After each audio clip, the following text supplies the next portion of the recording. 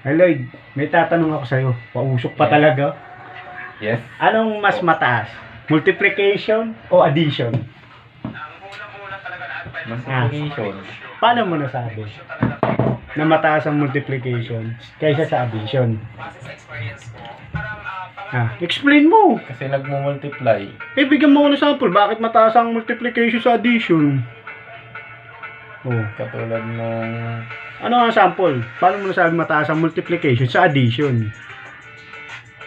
Siyempre, ito times.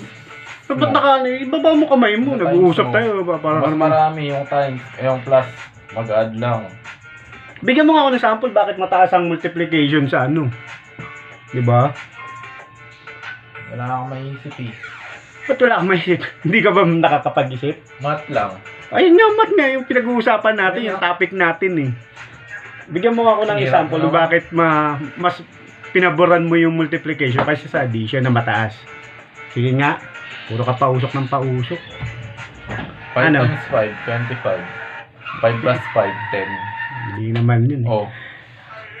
Dapat ang pinipili mo addition. Kasi alam mo kung bakit. Kasi pag multiplication, pag 1 times 1 equals 1, di ba? Oo.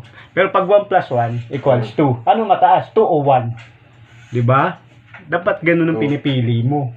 Nagigets mo na. Okay. Ha? Okay. Huwag kang pipili ng multiplication na mababa. Pipili mo yung mataas. Kasi ang nauna sa alphabetical, addition, bago ang multiplication. Kasi letter A siya sa alphabetical, di ba?